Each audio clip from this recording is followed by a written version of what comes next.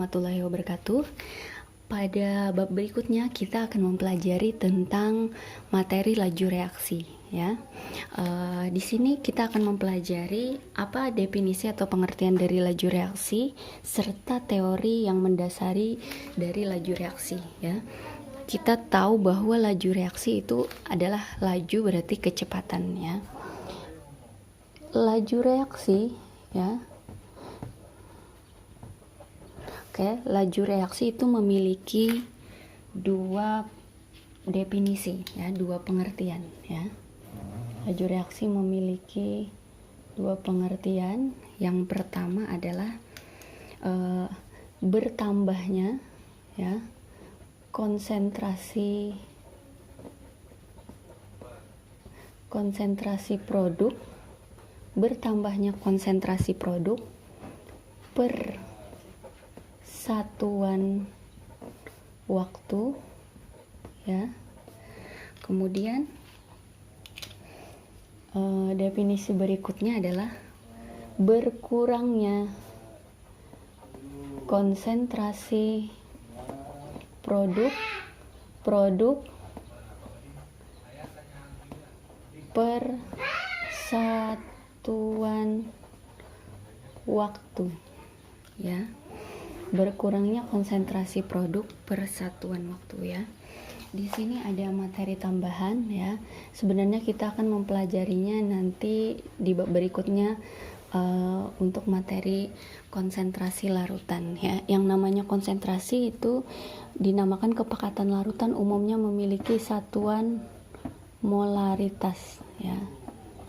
Ini adalah konsentrasi. Jadi konsentrasi umumnya satuannya molaritas M besar ya. M besar ya kita peroleh dari massa dibagi MR dikali 1000 per volume. Jadi ini adalah massa zat terlarutnya, di sini adalah volume pelarutnya ya. Nah, ini Ibu tambahkan sedikit ya. Kita kembali ke definisi dari laju reaksi ya. Jadi di sini yang dituliskan ya pertambahan ya, pertambahan konsentrasi ya, konsentrasi dari produk ya per satuan waktu ya. Definisi yang berikutnya adalah pengurangan konsentrasi produk. Jadi konsentrasi itu umumnya dituliskan tanda kurung seperti ini ya, per satuan waktu ya. Sekarang kita contoh ya. Di sini ada contoh ya. Misalnya ada reaksi gas nitrogen ya direaksikan dengan gas hidrogen menghasilkan gas amonia ya. Sini kita tahu bahwa sebelah kiri adalah reaktan, sebelah kanan adalah produk ya. Bagaimana kita menuliskan laju reaksinya ya, laju reaksinya. Jadi laju reaksi ini kan laju berarti kecepatan, maka simbolnya adalah V, umumnya V kecil ya, V kecil ya. Bagaimana untuk laju reaksi dari gas nitrogen, maka bisa dituliskan ialah karena dia reaktan berarti pengurangan ya, terjadi pengurangan karena senantiasa ya. Kalau pengurangan ini berarti reaktan ya, reaktan bukan produk ya, reaktan per satuan waktu ya. Pengurangan konsentrasi N2 per satuan waktu biasanya satuannya detik ya. Ini maknanya adalah pengurangan ya, pengurangan konsentrasi gas nitrogen per satuan waktu ya, persatuan waktu. Bagaimana dengan laju reaksi dari H2 ya? Laju reaksi H2 karena dia juga reaktan berarti pengurakan konsentrasi gas hidrogen per satuan waktu ya. Sama ya. Pengurangan konsentrasi H2 per satuan waktu ya. Oke, bagaimana dengan laju reaksi dari amonia NH3?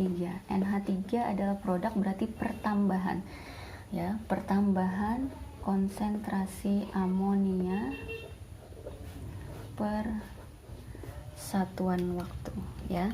Di sini ya, pertambahan ya, pertambahan konsentrasi amonia per satuan waktu ya. Nah, dalam hal ini kita bisa tuliskan perbandingan laju reaksinya ya.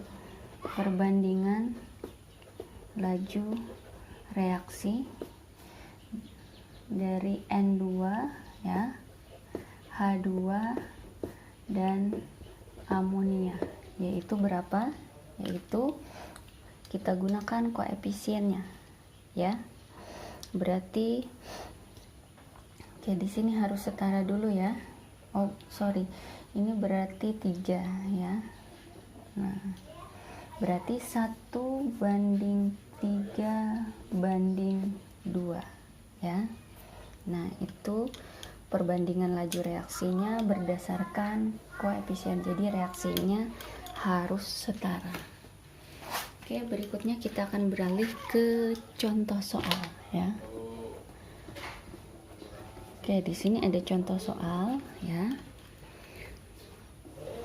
Perhatikan ya. Pada reaksi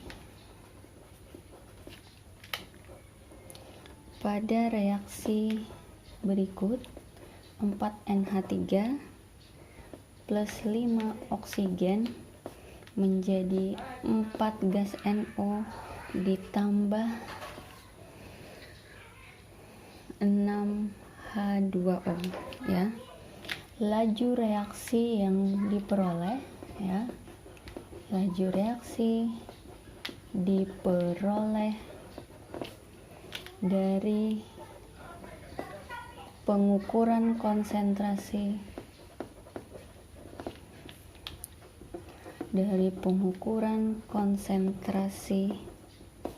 NH3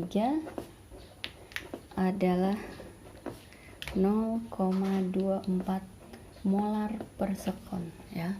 Karena tadi yang namanya laju reaksi satuannya adalah konsentrasi per satuan waktu ya, per sekon atau per detik ya. Pertanyaannya adalah berapa laju reaksi untuk perubahan untuk gas oksigen dalam molar per sekon ya. Oke, kita coba jawab.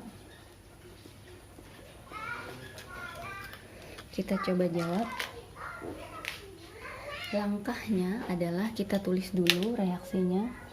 4NH3 ditambah 5O2 menjadi 4NO plus 6H2O ya.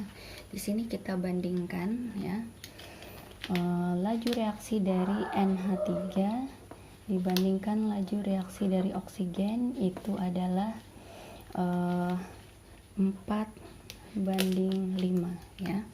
Berdasarkan matematis ya, ini berarti untuk membuat perbandingannya yang di dalam dengan di dalam, yang di luar dengan di luar ya. Berarti kita bisa mengerjakan bahwa NH3 ya, berarti 4 laju reaksi dari oksigen ya sama dengan laju reaksi dari NH3. Berapa laju reaksi dari O2? Yaitu adalah 5/4 dari laju reaksi NH3 ya. Kita tinggal kerjakan 5/4 berapa laju reaksi dari NH3. Di sini adalah 0,24, berarti hasilnya adalah 0,3 molar per sekon ya. Oke, ini adalah hasilnya. Kemudian konsep berikutnya adalah Ibu akan menjelaskan tentang teori dari laju reaksi ya. Teori dari laju reaksi. Jadi teori dari laju reaksi ini ada dua ya. Yang pertama adalah teori tumbukan ya. Yang kedua adalah teori kompleks teraktivasi ya. Teraktivasi. Oke. Akan Ibu jelaskan yang pertama dulu tentang teori tumbukan ya. Apa itu teori tumbukan ya? Teori tumbukan ada beberapa poin ya. Yang pertama adalah reaksi akan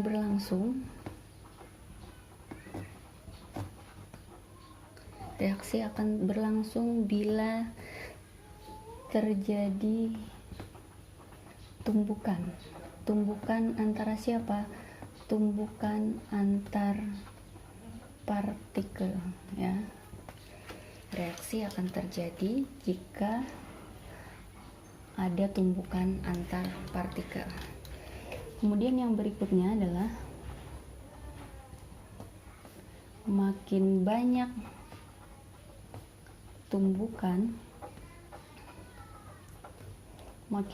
tumbukan reaksi ya.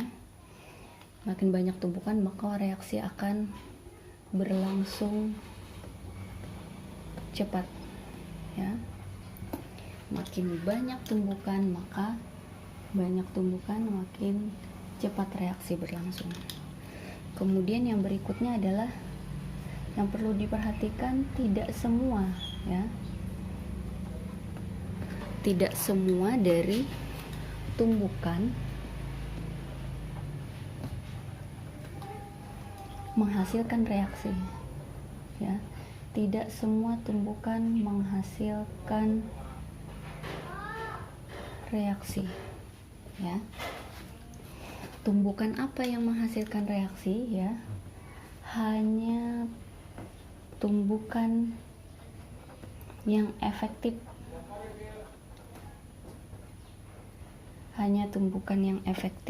Atau tumbukan yang partikelnya ya.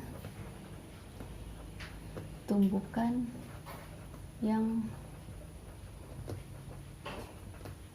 partikelnya memiliki energi yang cukup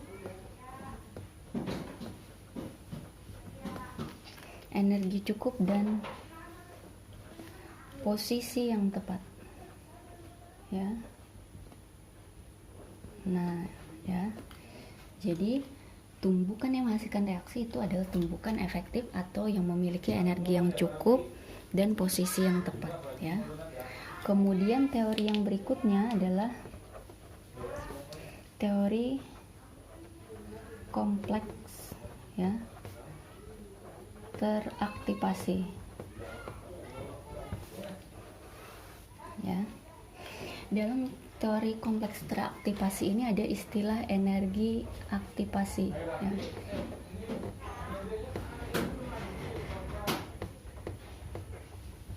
Energi aktivasi. Apa itu energi aktivasi? Ya. Energi aktivasi adalah energi hasil tumbukan efektif. Energi hasil tumbukan efektif ya, atau tumbukan minimal yang harus dimiliki ya, yang harus dimiliki oleh partikel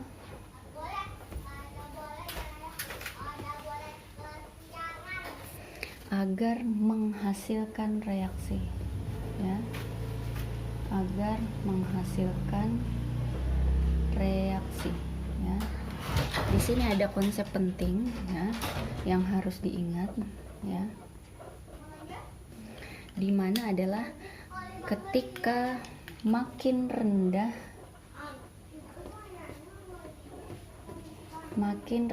energi aktivasi, ya, maka reaksi makin cepat. Nah, makin cepat berlangsung, ya. Kalau kita kaitkan dengan reaksi eksoterm dan endoterm, ya, di materi termokimia, ya. Reaksi eksoterm, ya, bisa kita gambarkan grafiknya, ya. Nah, ya, di sini adalah reaktan, ini produk, ya. Maka yang dinamakan energi aktivasi itu adalah, nah, dari bawah sampai puncak ini adalah energi aktivasi, ya. Kemudian delta H-nya, ya, sedangkan delta H-nya adalah, nah, ini adalah delta. Ingat,